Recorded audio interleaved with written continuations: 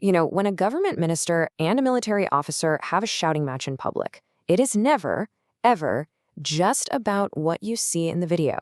That's a signal flare. It lights up all the deep cracks between civilian power and military protocol. What we all saw was a power struggle playing out live on a dusty construction site.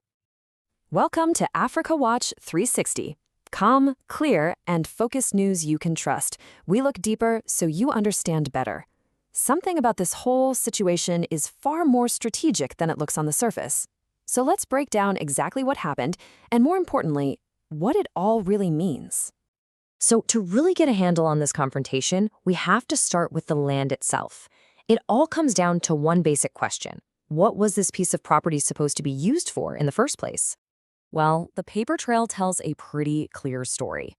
According to the government, the Federal Capital Territory Administration, or FCTA, it all started back in 2007.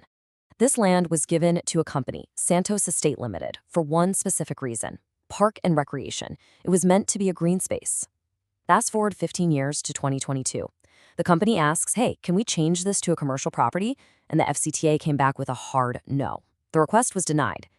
And yet, today, it's a full-blown construction site. And that right there is the core of the legal fight.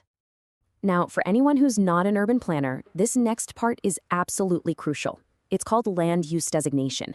It's basically the city's rule book that says what you can build where. You can't just wake up and decide to build a factory in the middle of a neighborhood. So the government's position is simple. By building on this land after being told no, the developers are breaking the law. It's a direct violation of the city's master plan. And here's where it gets really explosive. This is the allegation from the minister's aide. He claims that the company sold off parts of this parkland after it was supposed to be a park, and that one of the buyers was the former Chief of Naval Staff. The aide's argument is incredibly blunt. The admiral was scammed. He was sold land that the seller had no right to commercialize, meaning his ownership documents aren't legitimate. This is the moment a zoning dispute turned into an allegation of fraud against a very senior military figure. So you've got this legal mess brewing in the background. But that dispute on paper very quickly became a physical standoff. So how in the world did we get from a zoning issue to a minister and a soldier yelling at each other? Well, according to the minister's office, this wasn't just some random visit. They claim their officials tried to serve a stop work order first, but they were blocked and even threatened by military personnel on site. After hearing that, the minister decided to go see for himself. And when he got there, his convoy was met with a barricaded road. That was the trigger point that led directly to that confrontation we've all seen. And right there, you see two completely different worlds colliding. On one side, you've got the FCT minister. He sees himself as the top civilian authority on land use in the capital. He's there to stop illegal activity and to question why the military is guarding what he sees as an illegal site. But on the other side, you have a naval officer. His world is the chain of command. He's simply following orders from his superiors to secure a piece of property. In their own minds, both of them are just doing their jobs. And that's exactly what makes the situation so combustible. And of course, the incident just ripped public opinion right down the middle. Now there's a huge debate, not just about the land, but about the way it was handled. The how of this whole thing has become just as big a deal as the what. Was this a minister doing his job, or was it a complete breakdown of protocol? Okay, so let's look at the criticism. First, from a former government minister who says, look, even if the minister is right about the land, that's not his job. A cabinet minister's role is to make policy, not to be a street-level enforcer. He's arguing that you have to use the system, the courts, the police, not personal, on-site confrontations. It's an argument about process. Then you get the military perspective from a former army chief. He frames this very differently. To him, a minister publicly dressing down a uniformed officer is an attack on the entire military as an institution. The argument is that this kind of thing weakens the chain of command, and ultimately it undermines the authority of the president, who is the commander-in-chief. But the minister's camp came back with a powerful counterargument. His aide basically asked, does a soldier have to obey every single order, even if the order itself is unlawful? He argues that using state-paid soldiers to act as private security guards on an allegedly illegal construction site is the real breach of protocol here. So the question becomes, which side committed the bigger foul? Now, Let's zoom out, because a fight this public between figures this powerful is almost never just about what's on the surface. You have to wonder if this confrontation is really a proxy fight for a much bigger, quieter struggle over power, accountability, and the rule of law itself.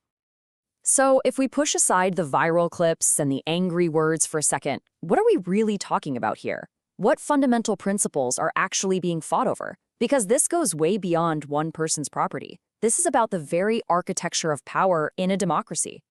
This one incident really brings four huge questions to the forefront. First, who's in charge? In a democracy, the military is supposed to answer to the elected government. This clash puts a direct spotlight on that. Second, does the law apply to everyone equally, or is there one set of rules for regular folks and another for the powerful? Third, what's the proper use of state resources? When should soldiers be used for something that looks a lot like private security? And finally, all of this eats away at public trust. Trust in the government, trust in the military. And that trust is the glue that holds a society together. Those are the real stakes. Let me put it another way. Imagine a city manager finds out that someone has built a private house right in the middle of a public playground. The city manager, who's in charge of all city land, goes down there and gets into a screaming match with a security guard hired by the homeowner. Now everyone is debating two things. Was the city manager right to go after the illegal house? And did the way he did it, the shouting match, actually undermine his own authority? It splits the problem in two. And that's exactly where we are now. We're left with two parallel conflicts, both just simmering with tension. And honestly, neither one has been resolved, and the way forward is not clear at all. So you're looking at two core battles happening at the exact same time. First, you have the legal fight over the land itself. Is this building legal or not? And second, you have the political fight over the method. Was this the right way to enforce the law, or did it just create an even bigger mess? And this brings us to a crucial point of reflection. So the real question is, who is actually shaping the direction of this situation, and to what end? Is it the minister trying to assert his power? Is it the military closing ranks? Or is it public pressure forcing their hand? Understanding the motives here is key. And how does this shift affect the average household, the community, and the future people are trying to build? Because when major institutions clash like this, it creates deep uncertainty. It makes regular people wonder if the rules really apply to everyone. And that kind of erosion of trust has very real consequences. How do you people see this whole thing? Drop your opinion in the comment section. If this breakdown gave you clarity, remember to like, subscribe, and share. Let's continue the conversation.